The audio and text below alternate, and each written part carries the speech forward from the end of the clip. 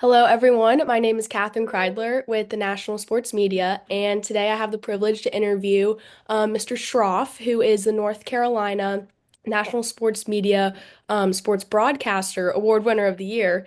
So thank you so much for joining me today. Looking forward to it. Yay. First of all, congratulations on winning, and what was your reaction when you found out? Humbling. I think when things like this happen, it's often a reflection of the people that you work with and the people that are part of the team. And on the Panthers side, I'm so fortunate I get to work with Luke Kuechly and Jake Delhomme and Kurt Coleman and Jonathan Stewart and Jordan Gross and Jim Zoki, amongst others in the booth, Steve Smith in the preseason. We got David Lang, who's as good of a producer I've ever worked with. Harold and Jason are engineers, Ben. So we've just got a really good team. And I think this award is kind of a reflection of what we do collectively. That's awesome. Could you give us like a brief introduction of where you're from and like where you went to school, what you did post grad, and I guess just a little bit of your journey to how you got to where you are now? Yeah, the Cliff Notes version would be kid who grew up just outside of New York City, Okay. New Jersey, which is known as the place where the last scene of the last episode of The Sopranos was filmed. Oh, So cool. it kind of gives you an idea of who what I grew up with. So that was an interesting experience. And then I went off to Syracuse University, majored in broadcast journalism, did a ton of work with the student radio station WAER when I was there, got to call men's lacrosse, college football, college basketball, home and away games. So that was kind of an experience at the college level that Mhm. at the time felt rare, and you had a lot of gratitude for getting those reps, and you met a lot of interesting people and real world connections in your 4 years at college. And then post college, kind of went the TV route, initially doing local news, Yakima, Washington, Syracuse, New York. And then I got my big break with ESPN as a studio anchor. Started there doing ESPN News, filling in on Sports Center, College Football Live, and then an opportunity came up to do remote events, which is what relocated me to Charlotte. So I moved down to Okay. Charlotte. This would have been probably around 2011. Started doing more games, college football, men's lacrosse, college basketball, baseball. And then a few years ago, when Mick Mixon decided to retire as the voice of the Panthers, being a Charlotte resident and somebody who had lived there now at that Mhm. point for 10 plus years, that job had a lot of appeal to me. And so I went in, applied, interviewed, went through the whole process, and they offered me the job. And so now, where I am now, it's balancing what I have with the Panthers with what I still do at ESPN. But again, the great benefit of the Panthers gig is it keeps me rooted in Charlotte. This is Mhm. home. This is where we've not only started a family, we've grown our family, and the rest of my family has come down here. So we are now Charlotte people. Oh, that's awesome. So when just like to back up a little bit, when you went to Syracuse, did you like when did you know that you wanted to pursue sports as your career? Yeah, probably when I maxed out at about 5'10", and I knew I wasn't going to play center field for the Yankees. Yeah. We might have to find something else. So I've known for a long time. I knew as a Okay. kid. I knew when we would play basketball in the driveway, and as we were taking shots, and if I was putting up a shot, or my friend or my brother was putting up a shot, I was doing the play-by-play, or I'd be doing the play-by-play if we're watching the game or playing Hmm. video. So that was sort of always ingrained, and then this just felt like a natural tentacle, getting to do what you love. And I know it's not curing cancer. We're not saving the world, but we are providing people with a little bit of relief sometimes when life Yeah. gets crazy. And there's value in that. So Hmm. I kind of chose this fantasy life as my reality. That's awesome. So, from what you told me, it kind of sounded like you had a pretty straightforward like career path. Did you, after college or anything, did you ever face any like challenges early on in your career or anything? Yeah, I think most of us have Mm-hmm. that tipping point moment. And for me, it was my first job. I was in Yakima, Washington, opposite side of the country, central Mm-hmm. Washington, small town, small market. And I found out we were cutting our sports department. So I was reassigned to be a news reporter. I was getting homesick, being on the West Coast at that point for almost 2 years. Mm-hmm. So I got a job back east at this sports documentary company. And I would say within 2 days of starting there, and it was a startup, I realized this is not for me. I'm not quite sure that the people in charge know how to run this place. Mm-hmm.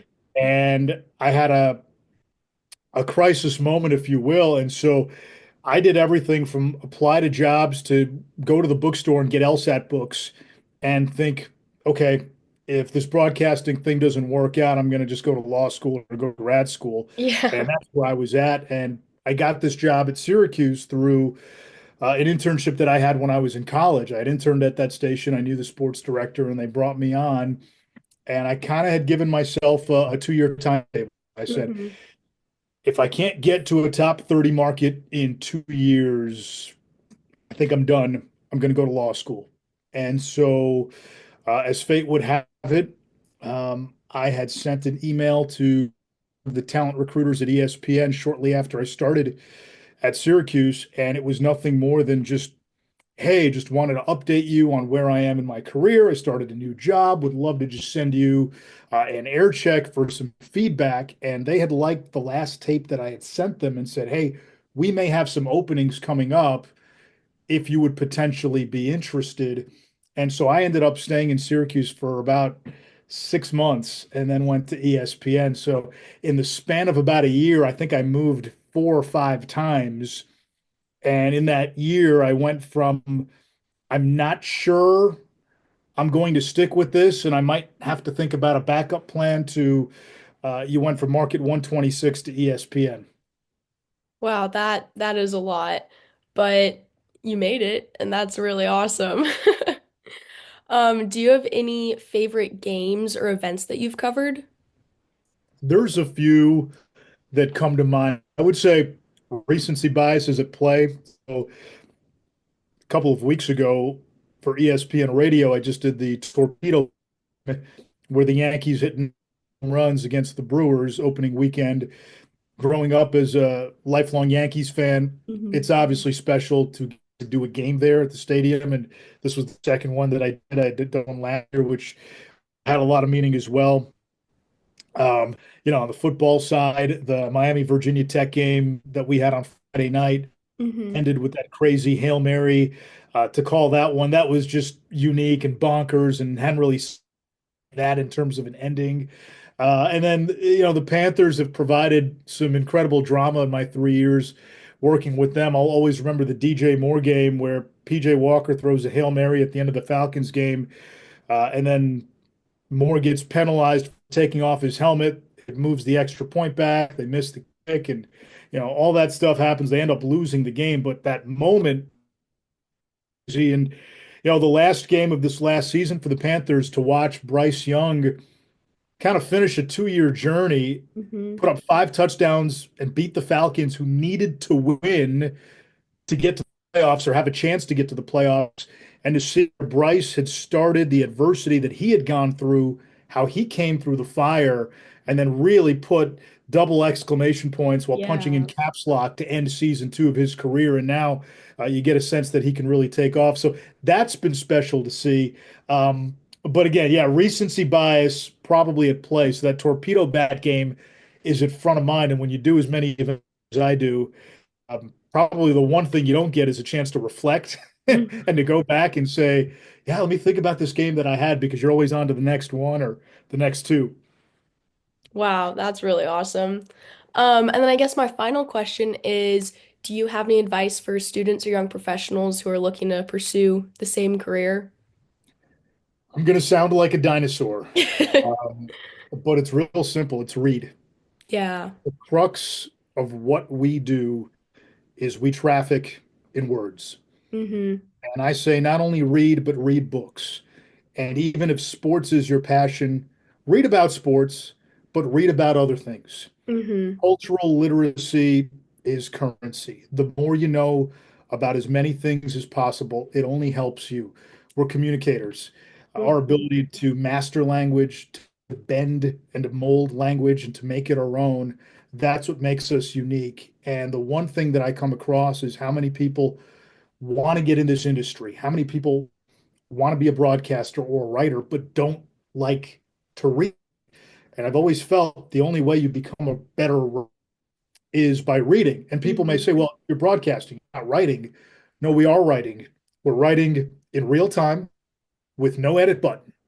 Yeah. And that takes a skill and it takes practice and it takes reps.